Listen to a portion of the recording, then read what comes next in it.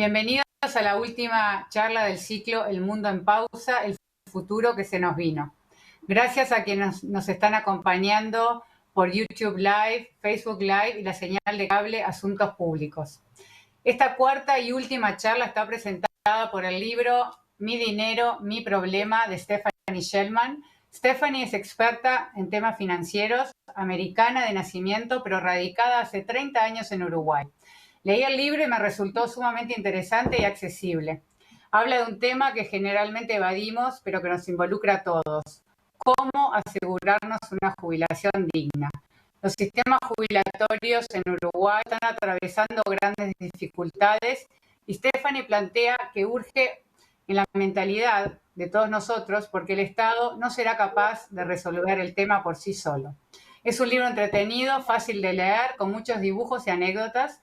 Yo se los recomiendo y por más información pueden visitar www.midineromiproblema.org. Nuevamente, gracias por el apoyo. La pandemia del COVID-19 ha acelerado algunos cambios que ya venían dándose. La pregunta que nos planteamos hoy es, ¿llegó el futuro? ¿Quiénes se quedan en el pasado y quiénes se suben al tren de este mundo transformado? Para buscar respuestas, hoy nos acompañan el padre Julio Fernández Techera, Ana Inés Balsa y Nicolás Luef. Antes de comenzar a conversar con ellos, les comparto la dinámica del encuentro. Primero va a haber una presentación de entre 8 y 10 minutos de cada orador. Después habrá un espacio de 10 minutos de preguntas y respuestas. Pueden hacernos llegar sus preguntas en el chat de YouTube o de Facebook. Por un tema de tiempo, solo les podremos hacer algunas preguntas a los oradores. Y cerraremos con una reflexión final de cada uno de ellos. El evento culmina a las 18:30 horas y la grabación luego quedará disponible en nuestro canal de YouTube y será emitida por Asuntos Públicos. Sin más, le doy la bienvenida a nuestra primera oradora, Ana Inés Balsa, profesora e investigadora en el Centro de Investigaciones Aplicadas, Familia, Educación y Pobreza de la Universidad de Montevideo. Ana es doctora en Economía por la Universidad de Boston y además de ser una de las fundadoras de Reaching You, Ana integra el directorio de nuestra fundación. Bienvenida, Ana. Muchas gracias, Fer, y buenas tardes a todos. Es un placer estar acá, me siento muy honrada de la invitación. Y bueno, voy a empezar mi charla con la referencia a un libro. No sé si alguno tuvo la oportunidad de leer el libro que sacó el año pasado el historiador Yuval Harari, es un historiador israelí, que hablaba sobre las 21 lecciones para el siglo XXI. Y si uno lo leyó, podría hacer una conexión inmediata entre lo que ha sido la irrupción del COVID y las predicciones que hace ese historiador para este siglo. Llegó el futuro, así comienza la charla que vamos a dar hoy, y es así, es que el COVID aceleró, como decía Fer al principio, a unos pocos meses un proceso que nosotros pensábamos que iba a llevar años, ¿no? Y ha planificado muchas de las que trae este siglo.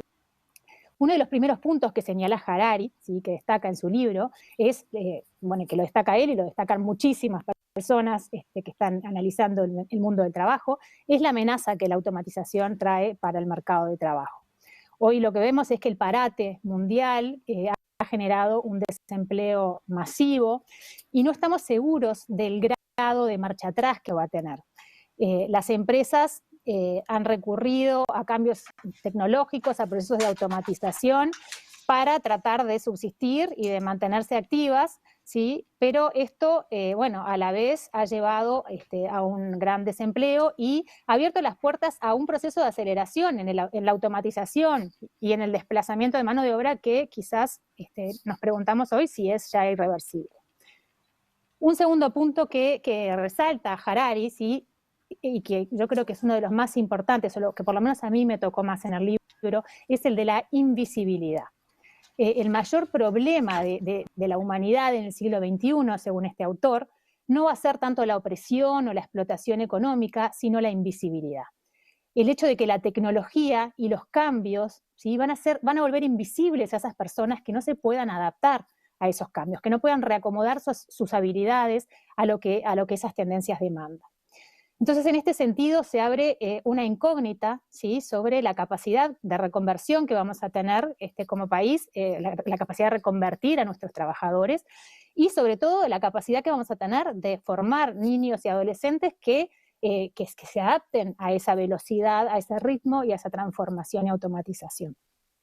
Nosotros ya en Uruguay venimos arrastrando desde hace muchos años, ¿sí? 20 o más años, tasas de egreso de la matrícula de secundaria que son de las más bajas de América Latina, ¿no? Y en realidad el COVID no ha hecho más que poner de manifiesto las dificultades de algunos hogares, ¿sí?, para mantenerse conectados, para hacerse visibles. Ha resaltado esa invisibilidad que venimos arrastrando hace muchísimos años.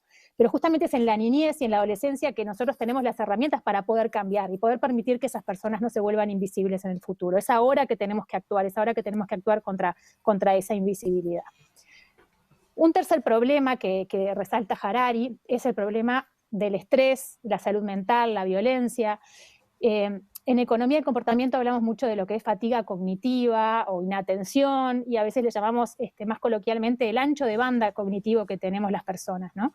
Entonces, ¿con cuánto podemos lidiar? O sea, ¿qué gota nos desborda el vaso, ¿no? Y bueno, y esta pandemia también ha demostrado que hay muchas personas en nuestra sociedad que están a un nivel de desconexión vincular altísimo, tienen problemas de desprotección afectiva y mental y sanitaria, ¿sí?, que les vuelve muy difícil lidiar con la disrupción, ¿no?, sumado a un montón de problemas económicos que también trae aparejada la pandemia.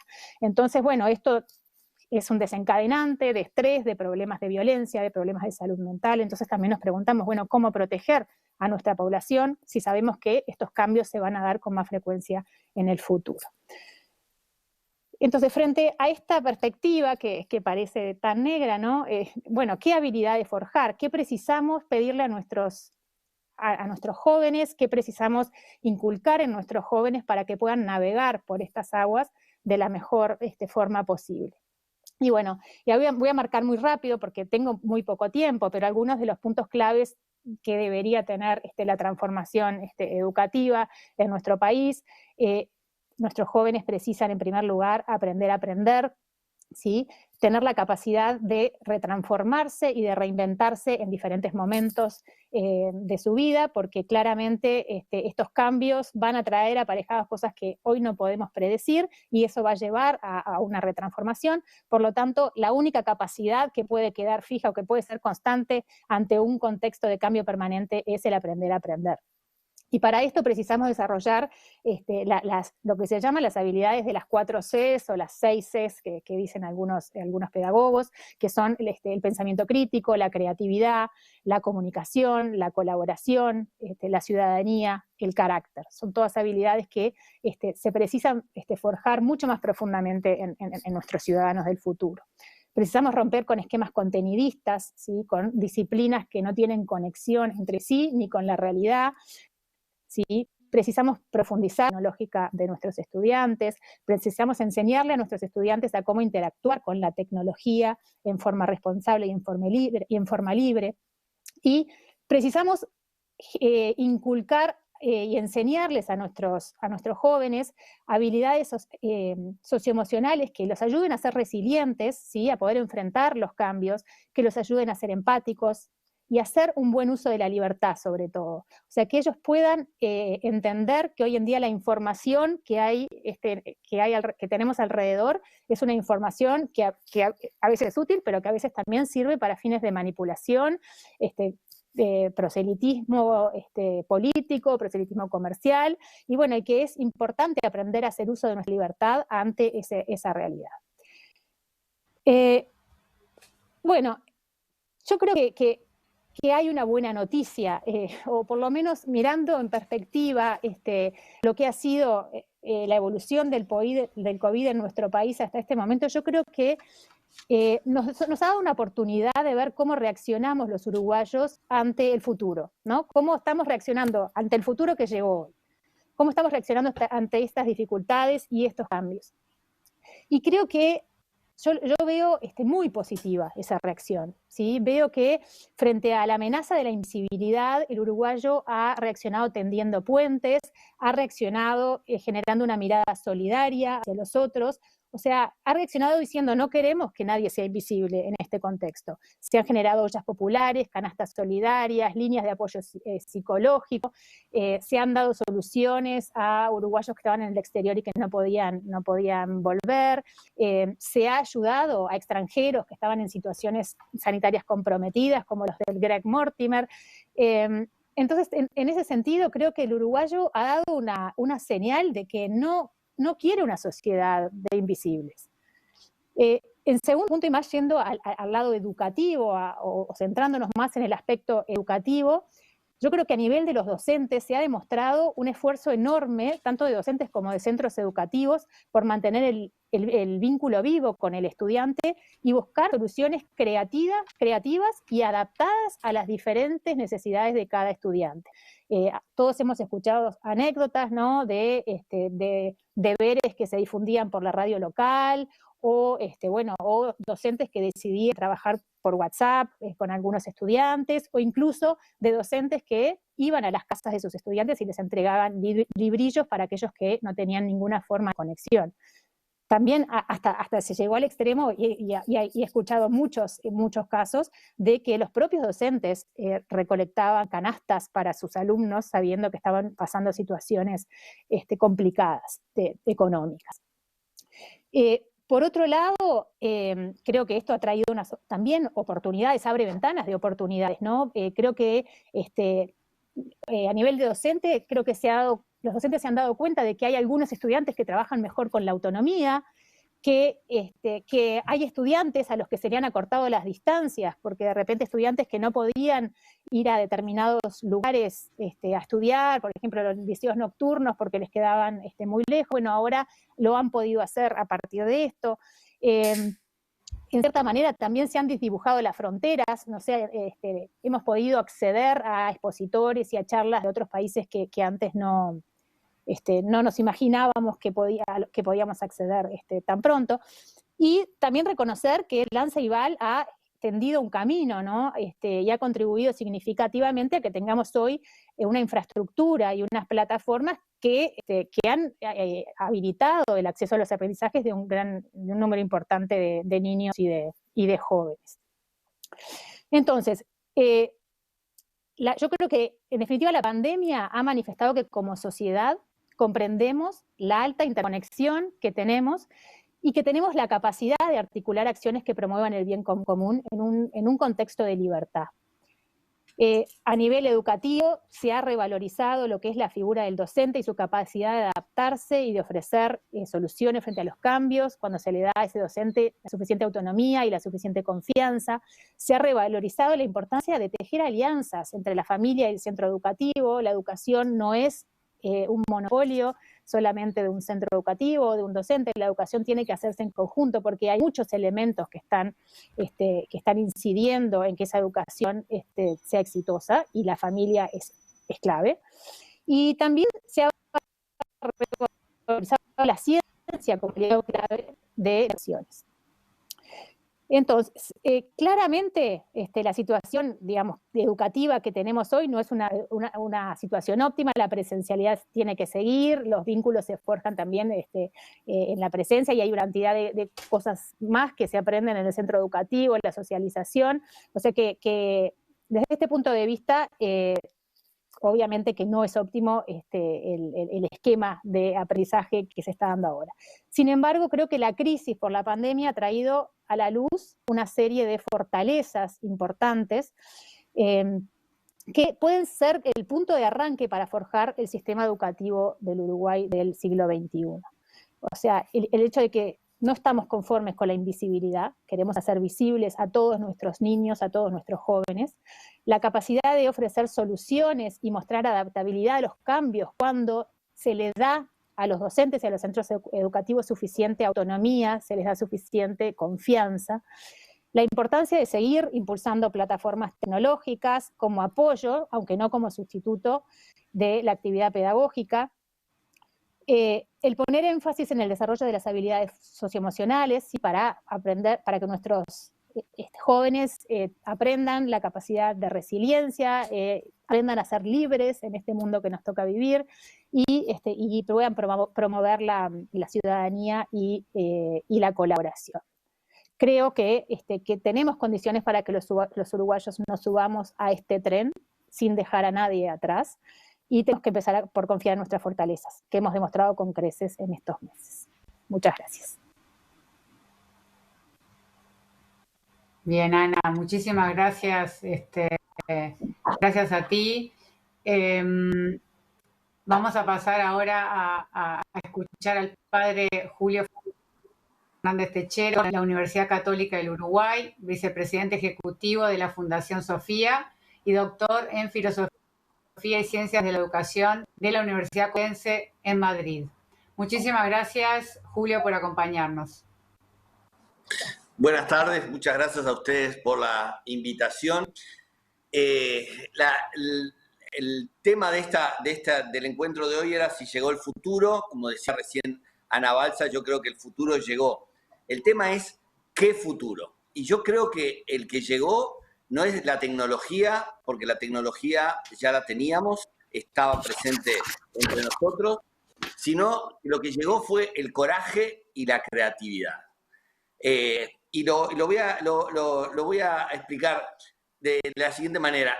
En 2010, McKinsey sacó un informe en el cual estudiaba los 20 sistemas educativos del mundo que más habían mejorado, y estudiándolos sacaba 8 condiciones que favorecían la mejora, que habían hecho posible la mejora de los sistemas educativos. Y una de ellas, la séptima, decía que era las que aprovechan las circunstancias. Y una de esas circunstancias son las crisis socioeconómicas. Bueno, nosotros hemos tenido una crisis sanitaria, todo el mundo está viviendo una crisis sanitaria, pero que con elementos socioeconómicos muy fuertes, ¿no? Y que todavía no sabemos hasta dónde van a llegar. Y creo que esta crisis sanitaria y socioeconómica ha sacado lo mejor del sistema educativo uruguayo, de los docentes, de los estudiantes y de las familias.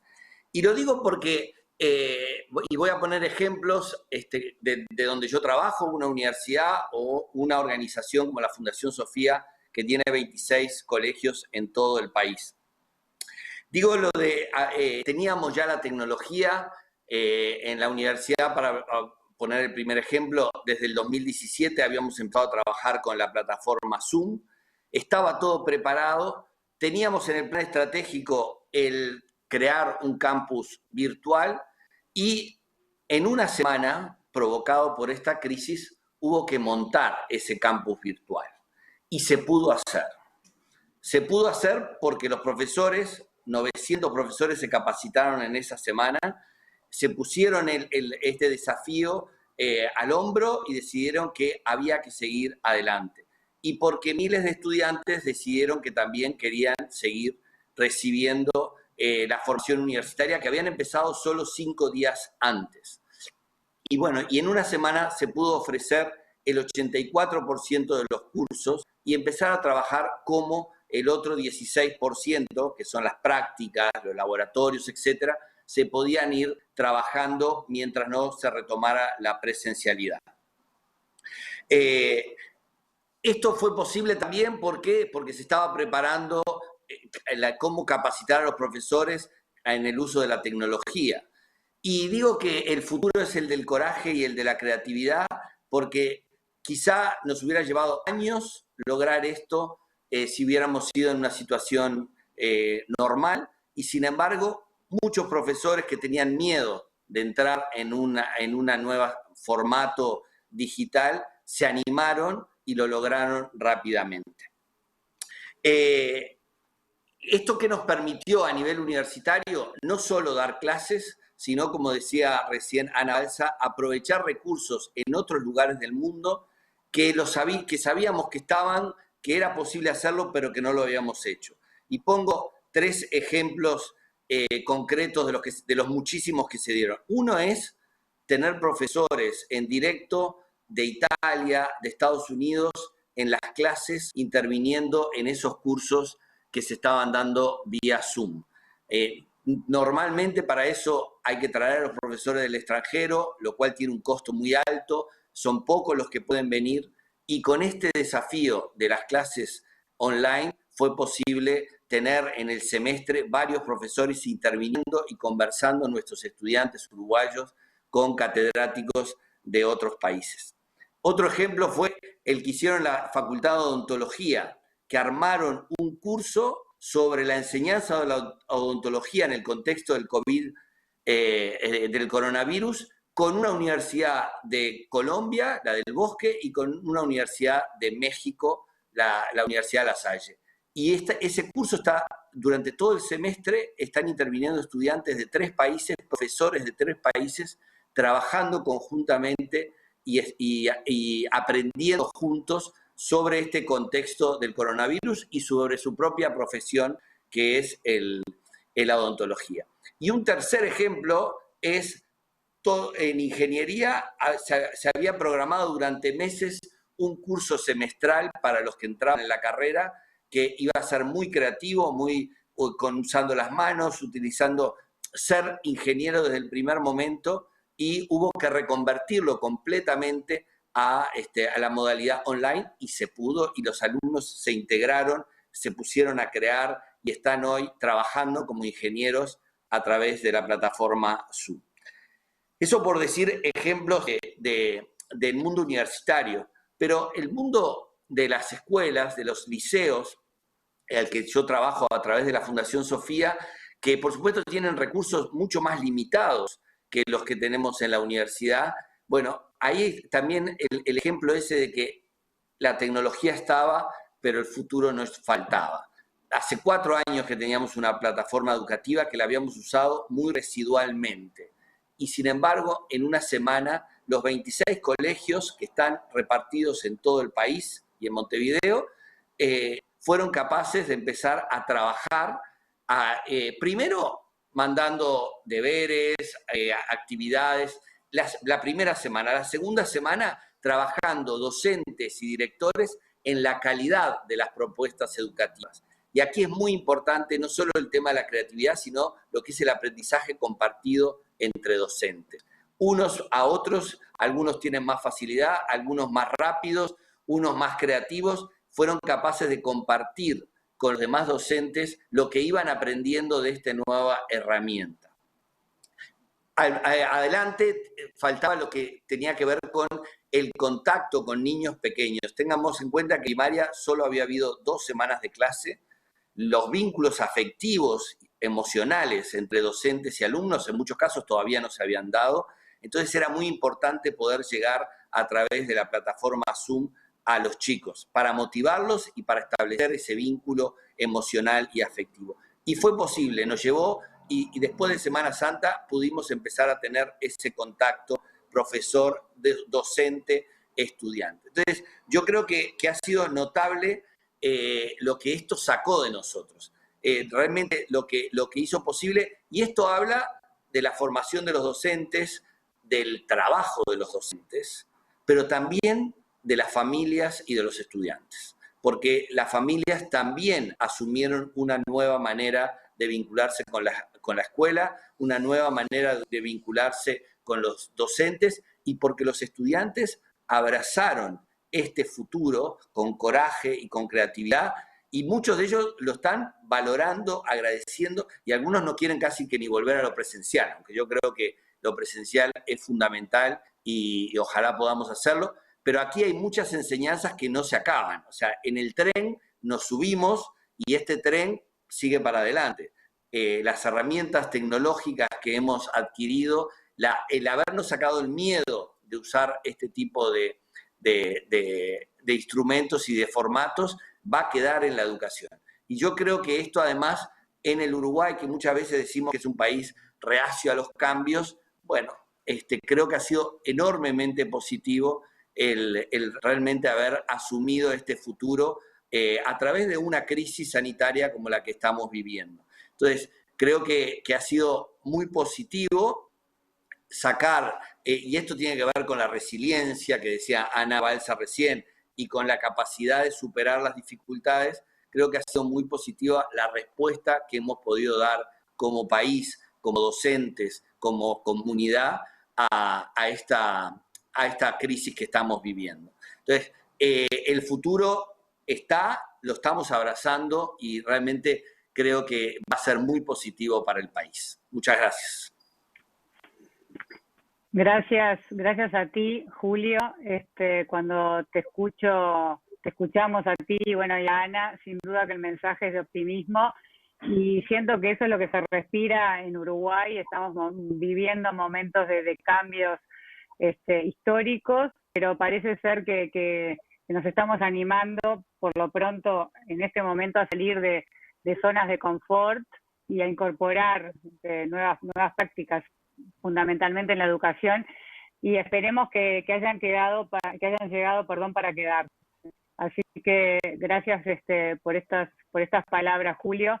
Ahora desde Estados Unidos se suma Nicolás Luev, desde California, en Palo Alto. Nicolás actualmente dirige un grupo en Google que usa la inteligencia artificial para desarrollar pronósticos. Nicolás es doctor en ingeniería por la Universidad de Illinois, investigador en inteligencia artificial y ex docente universitario. Gracias, Nicolás, por acompañarnos. Muchas gracias por invitarme y quiero agradecerle a todos los que se están uniendo a esta charla y a los otros oradores, Ana y Julio, que estoy completamente de acuerdo con lo que dijeron. Espero que mi mensaje se agregue a eso y sea también optimista.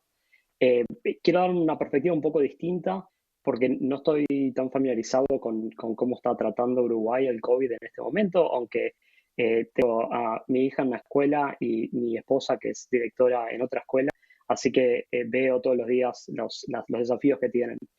Me alegra escuchar que Uruguay está atacando esos desafíos y logrando buenos resultados. Quería decir primero que las opiniones que voy a expresar son exclusivamente mías y no representan a Google. Pero quería darles una perspectiva no tanto del coronavirus, sino de procesos de un poquito más largo plazo, en particular cómo la tecnología en general y la inteligencia artificial están afectando el mercado de trabajo y cómo eso implica que necesitamos hacer cambios en nuestros sistemas educativos. Y para mí un buen ejemplo de eso es mi hija que tiene 8 años y puede ser parte de la primera generación que nunca aprenda a manejar. En California se pueden ver autos de Google y otras empresas que se manejan solos y sin ir más lejos, los Teslas hoy en día pueden manejarse solos en las carreteras y de a poco están empezando a manejar en ciudad con carteles de para y semáforos. Hace 15 años hicieron la primera competición de autos autónomos y eso era en el desierto, en una ciudad, y ninguno terminó. 15 años después, tenemos autos manejándose solos en varias ciudades en Estados Unidos. ¿Cómo pasó esto? Llaman a la inteligencia artificial hoy en día la nueva electricidad, porque se está expandiendo, está cambiando todos los mercados. Si te pones a pensar, lo que pasó en los últimos 10 años no fue solamente autos que se manejan solos, tenés Google traduciendo tus mensajes o páginas, tenés Siri o asistentes en tu teléfono que contestan tus dudas, tenés computadoras que le ganan a los campeones de Jeopardy o de Go y otras cosas más. ¿Cómo pasó esto? ¿Cómo pasamos de no hay nada, en 10 años la inteligencia artificial está en todos lados? Lo que pasa es un crecimiento exponencial que no empezó ahora, no empezó hace 10 años, es un proceso que viene hace muchísimo tiempo. Y ese crecimiento se está dando tanto en los datos que estamos generando y en la capacidad de procesamiento que tenemos para procesarlos. Si te pones a pensar un ejemplo de datos, en los últimos años se sacaron mucho más fotos que en los primeros 100 años de que se inventó la fotografía. Y la capacidad de cómputo crece también exponencialmente. Y en inteligencia artificial crece aún más rápido que en el resto de computación. Hoy en día, los mejores modelos, la capacidad de procesamiento que llevan se está duplicando en un poquito menos de 4 meses, que no parece mucho, pero en un año son más de 8 veces, en 2 años es más de 60 veces, en 6 años es más de 250.000 veces más capacidad de procesamiento. Y eso lo veo en mi día a día. Todavía tal vez la gente no es consciente de eso, pero en mi área, por ejemplo, cuando terminé mi doctorado, fue hace 11 años, te diría que casi el 90% de lo que aprendí no se aplica hoy en día. Entonces, tengo que estar todo el tiempo actualizándome para poder seguir haciendo mi trabajo. Y así es con todo, todo se digitaliza. Un niño hoy en día con un teléfono tiene acceso a más información que el presidente de Estados Unidos hace 30 años. Se pueden acordar de la propaganda de Kodak, el momento Kodak.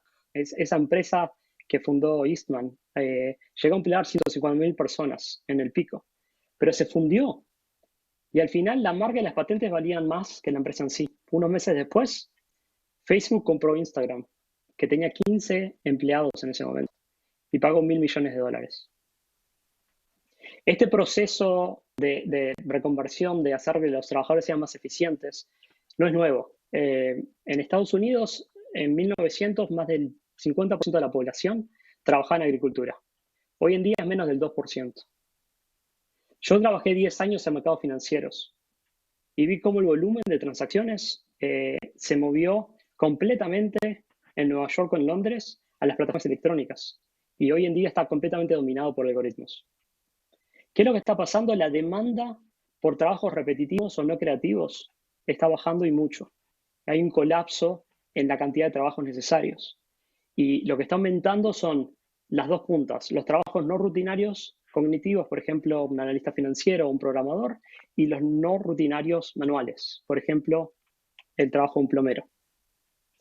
Y queda claro que en las recesiones como la que estamos entrando ahora, las empresas empiezan a eliminar trabajos, pero esos no necesariamente vuelven. Entonces, no quiero tener un mensaje pesimista, en verdad soy muy optimista del futuro. Y a mí el ejemplo que más me gusta de todo esto es el ajedrez. El ajedrez siempre se consideró, desde el principio de inteligencia artificial, por gente como Turing, era la medida de inteligencia. Y el día que las máquinas pudieran ganarle al campeón de ajedrez sería el día que las máquinas probaran que son inteligentes.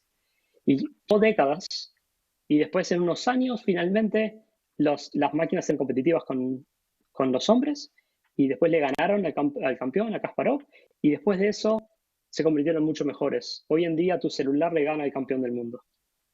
Y pasó con eso, pasó con Go y otros juegos más. El campeón en ese momento, el que perdió contra Deep Blue de IBM, Kasparov, al principio se deprimió mucho, pensando que nadie le iba a interesar el ajedrez porque las computadoras podían hacerlo mejor que las personas. Pero a medida que pasaron los años, organizó lo que él llamó el ajedrez freestyle, estilo libre. Podés competir de la forma que quieras. Podés ir vos con una computadora, o podés llevar a la mejor computadora del mundo y tratar de competir. Y consistentemente los equipos donde había hombres y computadoras trabajando juntos, no necesariamente el campeón de ajedrez, no necesariamente la computadora más poderosa, pero trabajando juntos consistentemente le ganaban tanto a los campeones de ajedrez como a las mejores computadoras. Y es por eso que Kevin Kelly, el editor de Wired, dijo que el sueldo en el futuro, tu sueldo va a depender de que también trabajes con las máquinas, cómo te complementes con ellas. Y entonces, volviendo a qué es lo que podemos hacer y cómo esto puede influenciar la educación, es cómo podemos complementarnos con las computadoras, cómo podemos hacer que potencien nuestro trabajo en vez de que lo reemplacen. Hay una cita que dicen que es de Picasso, que dice que las computadoras son inútiles porque solo pueden darte respuestas. Y estoy de acuerdo con la mitad de eso. No es que sean inútiles, pero esa cita va a la clave de cómo nos complementamos con las computadoras. Las computadoras te dan respuestas. Nosotros somos los que tenemos que saber hacer las preguntas correctas. Nosotros somos los que podemos usar la imaginación. Nosotros podemos combinar ideas y crear ideas nuevas. Nosotros entendemos el contexto. Nosotros somos los que tenemos que ser flexibles y que podemos improvisar. Entonces, ¿qué es lo que tenemos que enseñar en esas escuelas? Bueno, tenemos que enseñar a ser perseverantes, a ser emprendedores, a automotivarnos, a lo que llaman en Estados Unidos el people skills, que creo que Ana se refería antes. Tener empatía, saber comunicarse, tener persuasión, poder convencer a otros de tus ideas, saber cómo trabajar en grupos y cómo manejar proyectos. Entonces, ¿Cómo cambiamos eso en la educación? La educación de antes, la educación que yo recibí, había un énfasis enorme en la repetición y en la memorización. Eso era porque vivimos en un mundo donde conseguir información era extremadamente difícil. Hoy en día nadamos en información. El problema es poder filtrar toda esa información. No podemos más tener composiciones de la vaca. Hoy en día Google te contesta esas cosas. Tienen que ser preguntas que te hagan pensar, ser crítico e ir a buscar la información. Combinarse con computadoras y otras personas y producir cosas. Hay que ensuciarse las manos, como decían hoy. Hay muchas formas de hacer eso. Hay escuelas que ni siquiera son nuevas. Las escuelas Montessori utilizan esta filosofía y ahora está muy de moda el aprendizaje por proyectos. Es otra forma de conseguir esto. Y finalmente, estoy completamente de acuerdo con lo que decía Ana. Creo que hoy en día no existe más tener esa carrera que uno hace 4 o 6 años en la universidad y después trabaja 40 años de eso. Creo que se va a mezclar la educación con el trabajo, como me pasa a mí. Yo estoy todo el tiempo aprendiendo cosas nuevas, yendo a conferencias y estando completamente inmerso en lo que es el estado del arte. Va a haber mucho más énfasis, me parece, en carreras cortas, en nanotítulos, en actualizaciones. Hay muchas plataformas online como Coursera para hacer esas cosas.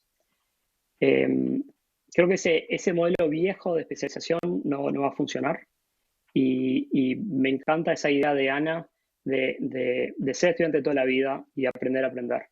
Y me parece que el COVID es una excelente excusa para empezar ese camino. Gracias. Bien, Nicolás, excelente, sin duda que esto que tú nos estás diciendo nos hace pensar y cuestionarnos, a mí por lo menos me hace cuestionarnos si la currícula actual, ¿no? La que por lo menos está vigente acá en Uruguay, se adapta a los ciudadanos que tenemos que estar formando.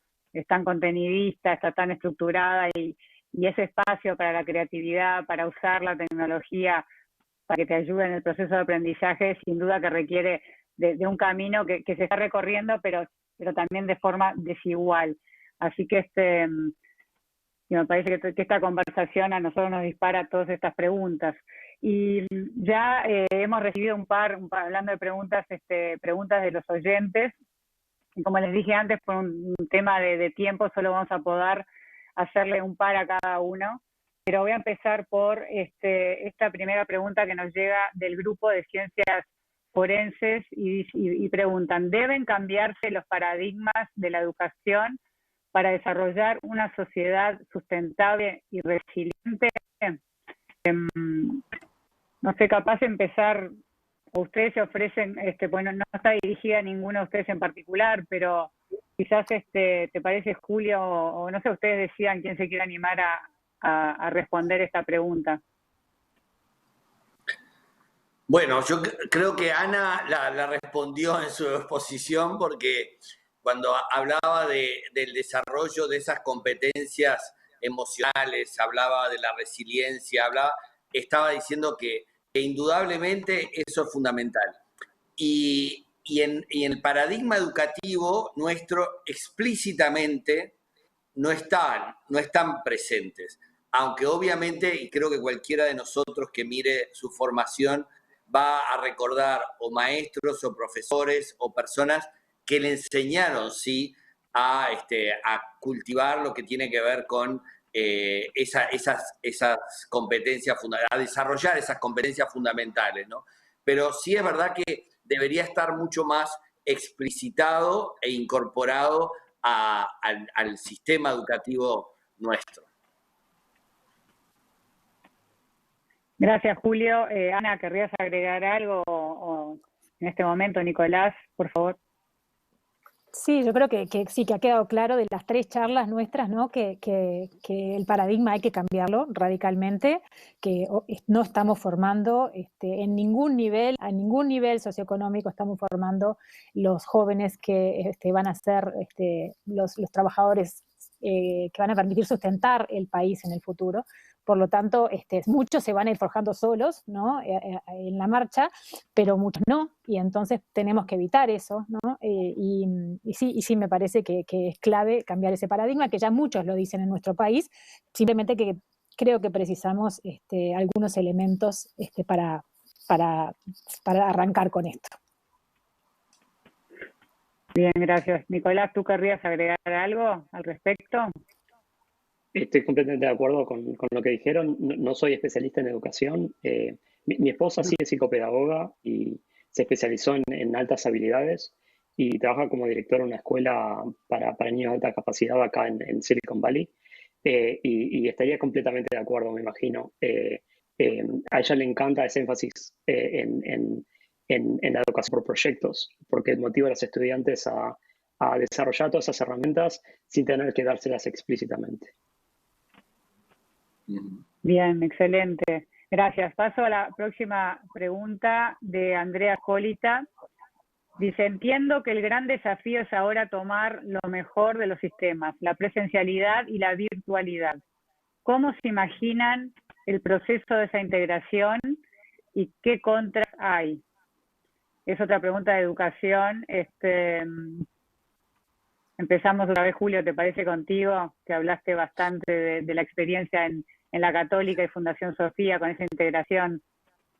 Bueno, yo creo que hay un apoyo digo, un ejemplo que me han contado, que no es de nuestra universidad, pero sí aquí en Uruguay, donde no podían utilizar la plataforma Zoom y lo que hicieron fue grabar las clases. Ahora que termina el curso, ellos dicen, nos quedan un curso, obviamente magistral, porque no había interacción, pero que de apoyo para el curso, cuando lo volvamos a dar presencial, va a ser muy útil, porque vamos a poder utilizar las clases para hacer mucho más intercambio y discutir más casos entre estudiantes y profesores, y que la parte más magistral o más de contenidos o más de explicaciones la tengan los estudiantes para utilizarla cuando quieren. Entonces, ahí hay un ejemplo bien claro de lo que esta experiencia nos puede dejar para adelante. Una segunda cuestión es el tema de poder ofrecer cursos que sean presenciales y al mismo tiempo a distancia. Esto va a permitir a estudiantes en el interior del país participar de clases que hasta ahora era mucho más difícil o era muy escaso ese uso. Hoy lo hemos demostrado que un estudiante en Rivera o en Tacuarembó o en Salto puede participar de una clase que se está dando en Montevideo o a la inversa, alguien de Montevideo con una clase que se esté dando en Tacuarembó. Entonces creo que nos hemos acostumbrado todos a esta nueva modalidad y eso va a facilitar mucho ese tipo de experiencias. Bien, Julio, gracias. Ana, si tú querrías aportar algo a lo que acaba de contestar Julio. No, sí, creo que voy en la misma línea, ¿no? Que esto trae muchas oportunidades, sin duda. Siempre desde una perspectiva de la complementación, que me encantó esa mirada que puso Nicolás, ¿no? De que nos tenemos que complementar con la tecnología, pero que esa tecnología nos potencia enormemente y potencia enormemente los procesos de aprendizaje y también la capacidad de diferenciar, de individualizar los aprendizajes, que es un problema enorme, ¿no? Nosotros venimos acostumbrados a un sistema educativo homogeneizador y con procesos, ¿no? Casi de producción de serie, taylorianos, ¿no? Y esto nos da la posibilidad de poder readecuar a diferentes habilidades, diferentes procesos de aprendizaje, y potencia enormemente esa capacidad que quizás hoy en los esquemas previos era como mucho más difícil de implementar, ¿no? O sea, sin pensar en el apoyo de la virtualidad, quizás era como más difícil implementar con recursos docentes fijos. Bien, no, y eso que tú decís, y lo que venimos hablando de cómo incorporar la tecnología como un aliado, pensando en el retorno al aula, ¿verdad? Porque las clases continuaron, pero cuando los docentes que acá en Uruguay ya estamos retomando, ¿verdad? La vuelta a clases, se encuentren con alumnos con aprendizajes que obviamente se vieron afectados por el COVID. Ana, tú, ¿dónde crees que debería hacer foco en la educación a esa o sea, a esos diferentes niveles a los cuales se van a enfrentar los docentes? O sea, ¿en qué deberían hacer foco? Y quizás también pensar cómo la tecnología podría ser un aliado de los docentes cuando trata de llevar los aprendizajes a niveles similares, ¿no?, dentro de las clases.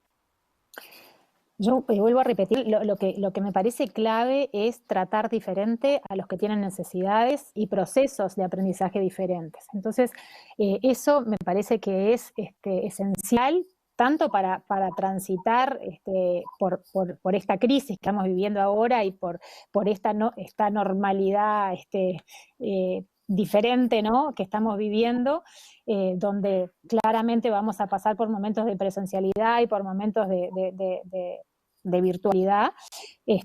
Creo que es fundamental el poder llegar distinto a cada estudiante, y creo que los docentes lo están haciendo. Por eso a mí lo que me parece mejor es darle la libertad, darle rienda suelta a los docentes para que innoven, para que sean creativos, para que busquen soluciones in situ, locales, soluciones que respondan a las necesidades específicas de los distintos tipos de estudiantes. Eso creo que es lo que me parece más importante, y que creo que la tecnología lo puede potenciar enormemente. Y también, digo, soluciones, por ejemplo, como hablaba Nicolás, del método Montessori. Una cosa que usa el Montessori desde hace muchísimos años es que alumnos que están un poquito más avanzados tutoren, alumnos que están un poquito menos avanzados tutoren, entre comillas, ¿no? Simplemente los apoyan en sus procesos. Y bueno, aquí también se puede utilizar ese tipo de técnicas para poder también navegar este momento que estamos viviendo. Bien, Ana, ahora vamos a pasar a Nicolás, tú decís que no sos experto en educación y nadie pretende que lo seas, pero sin duda que tu experiencia es sumamente valiosa y tenés mucho para aportar. Esta pandemia dejó aún más al desnudo, ¿verdad?, las profundas diferencias que nuestro sistema educativo tiene. ¿Cómo se pueden utilizar la tecnología y en particular, tú crees, la inteligencia artificial para achicar esta brecha y atender a estos alumnos que están rezagados? Creo que no podían ver, pero Ana estaba hablando y yo estaba haciendo que sí todo el tiempo. Estoy completamente de acuerdo con todo lo que Ana está diciendo. Voy a hablar de la tecnología ahora en un minuto, pero no todas las soluciones. Soy ingeniero y siempre me gusta buscarle el lado tecnológico a los problemas, pero las soluciones no necesariamente tienen que venir por el lado de la tecnología. Esa idea de adaptar el currículum al estudiante en vez de que el estudiante se tenga que adaptar al currículum es fundamental. La idea esa Montessori en la escuela de mi esposa agrupan a los niños por habilidad o por interés, no necesariamente por edad. Y volviendo a plataformas tecnológicas, por ejemplo, Khan Academy, que hace muchísimo tiempo está haciendo enseñanza remota, dio vuelta a la ecuación. En general, por lo menos cuando yo iba a la escuela, tenías la maestra explicando las cosas en la clase y después tenías deberes para hacer en tu casa solo. En Khan Academy es al revés. La idea es que el estudiante mira el video de la maestra en el momento que tiene libre, y el momento en que está trabajando las cosas es el mejor momento para interactuar con otras personas. Esa idea de que los estudiantes se ayuden entre ellos, todas estas cosas me parece que se pueden hacer sin necesidades de plataformas completamente nuevas. Y una cosa que dijo Ana que me parece fundamental es educamos a maestros, entonces tengamos confianza en los maestros. En vez de decirles cada día del año qué es lo que tienen que estar enseñándole a sus estudiantes, confiemos en ellos, dejémoslos decidir cuál es el contenido que tienen que dar y a quién dárselo en qué momento. Esa flexibilidad va a ser fundamental para hacer que todos los niños se puedan igualar en las oportunidades de tener acceso a la educación. En la parte tecnológica en sí, el plan Ceibal me parece haciendo un trabajo excelente. Hay muchísimas cosas que están incorporando y que se pueden incorporar.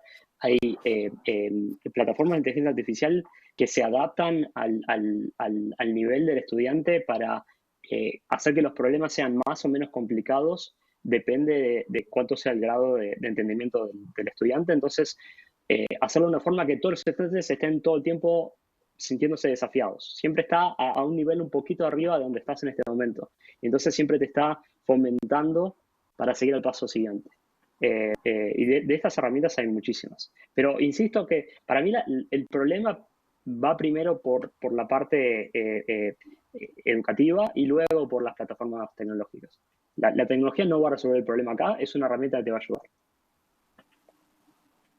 Sí, no, estamos de acuerdo, Nicolás. Y antes de pasar a cerrar con sus reflexiones finales, me quedo pensando en algo que comentó Ana y después lo vuelve a comentar Julio y también de otra manera lo estás comentando tú, que son las emociones, ¿verdad? Porque al final de cuentas somos seres humanos, sentimos y así es como operamos y necesitamos ese contacto con otras personas. Y Julio mencionaba cómo en Fundación Sofía, con alumnos que muy tempranas, que habían tenido 2 semanas como mucho de clases presenciales, ustedes lograron trabajar en ese vínculo con el docente y yo me pregunto, ¿cómo lo hicieron? O sea, ¿qué puedes compartirnos de esa experiencia en Fundación Sofía, donde parecería ser que lograron cubrir esa brecha, ¿no?, entre la presencialidad y la distancia, que es lo que está afectándonos a todos en este momento? Claro, ahí cuando fueron pasando los días de la cuarentena y se iba haciendo, en algunas familias, en algunos padres, estaba la preocupación de que mi hijo no está aprendiendo y no basta solo con los deberes. Y había gente que quería que se reprodujera de alguna manera lo que se hace en la universidad, donde se da el curso, con niños, incluso con niños pequeños, de 4, 5, 6 años. Y ahí la discusión nuestra fue, es decir, realmente ese tiempo hay que utilizarlo para avanzar conocimientos o contenidos, o los contenidos y los conocimientos tienen que ser la excusa, de alguna manera, entre comillas, para establecer el vínculo emocional docente-estudiante.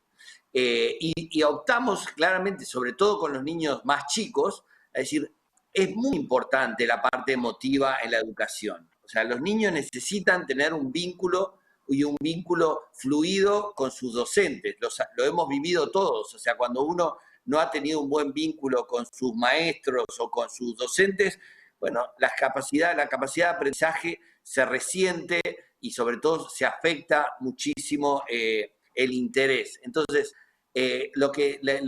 aunque trabajamos contenidos que había que dar, el mensaje es fundamental mantener el vínculo emocional con los chiquilines, porque van pasando las semanas y ¿quién es ese que les está mandando deberes? ¿O quién es aquel que le dice que lean tal texto o que practiquen lectura?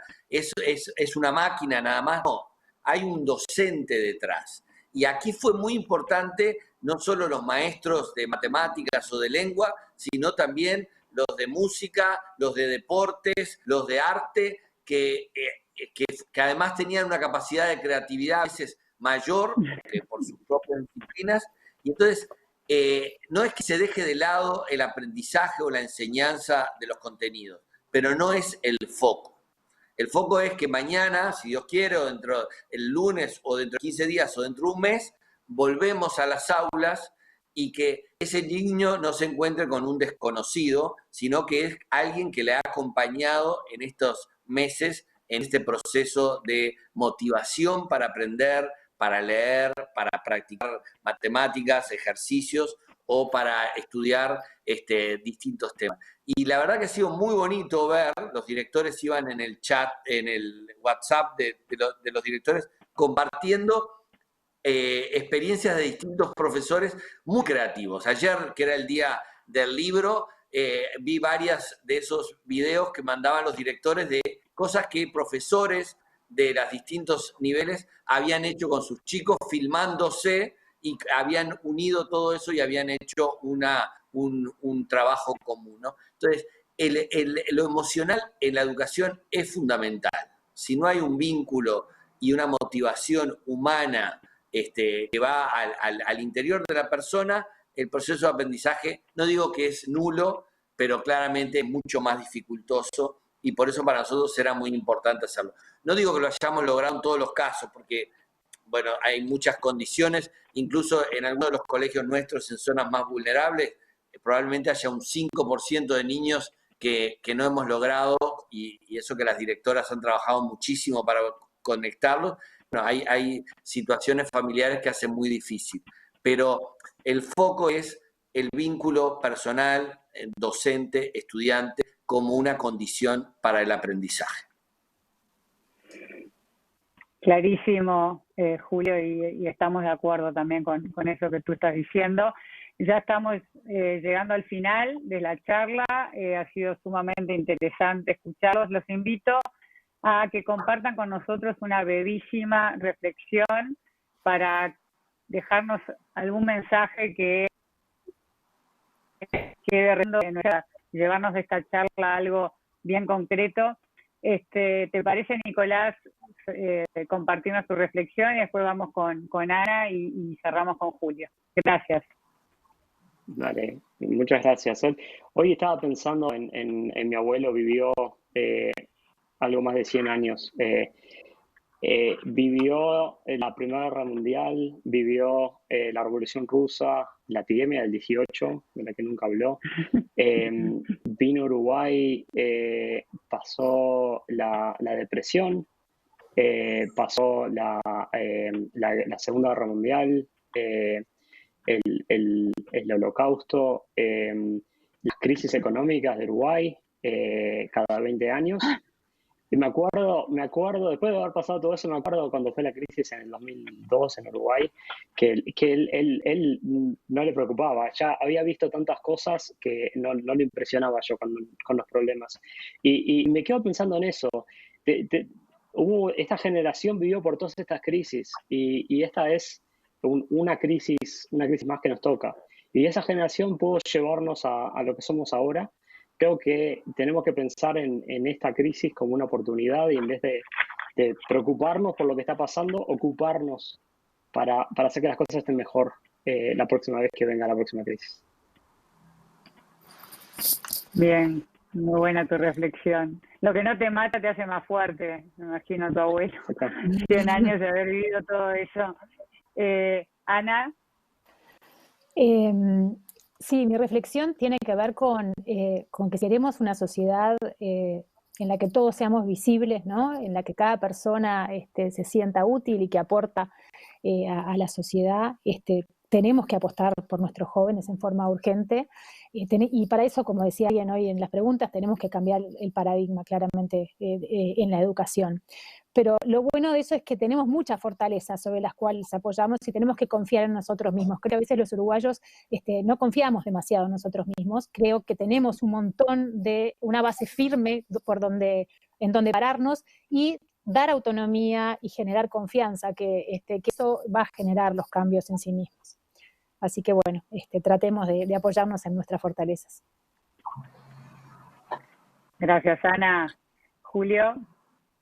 Bueno, y yo en la línea de lo que decía Ana, a mí me quiero decir que el Uruguay está cambiando una dimensión de su cultura, que es esta dificultad que tenía para asumir los cambios tradicionalmente. Cuando yo viví 6 años fuera del país y volví a Uruguay, me costó muchísimo aceptar una sociedad que era tan reacia al cambio. Estamos hablando del 2002. Hoy, 18 años después, yo creo que nuestra cultura que han cambiado, y hay mucha gente que quiere cambiar el paradigma. Esta crisis, que es una ocasión, ha demostrado, sobre todo en los docentes, en los estudiantes y en las familias, que sí hay capacidad para el cambio y que la gente hoy valora el cambio, valora la innovación y que quiere realmente algo distinto. Y eso, reconocerlo, es fortalecerlo también. Bueno, muchísimas gracias a los tres nuevamente por su participación. Hoy cerramos este ciclo y quiero agradecer en nombre de Reaching You a todos los oradores que han sido tan generosos al aceptar nuestra invitación. Agradezco a María Noel Coates, voluntaria de nuestra fundación, que nos ayudó a organizar este ciclo, a mi compañera Valeria Luzardo, responsable de comunicaciones de Reaching You, por todo este trabajo dedicado a este ciclo y que nos ha permitido que haya sido un gran éxito. Gracias nuevamente al libro Mi Dinero, Mi Problema por haber auspiciado esta charla y la charla anterior. Y gracias a todos ustedes por habernos acompañado. Esperamos que hayan disfrutado las presentaciones, tanto como nosotros, y que todos los temas que han sido abordados a lo largo de todo este mes, política, economía, educación, ciencia, historia, los hayan motivado a pensar y a reflexionar acerca del mundo que se nos viene. Todas las charlas quedan disponibles en nuestro canal de YouTube y volverán a ser emitidas por la señal de cable Asuntos Públicos. Los invito a seguir informados sobre las actividades de Reaching You a través de nuestra web y de las redes sociales. Nos reencontramos pronto y muchas gracias.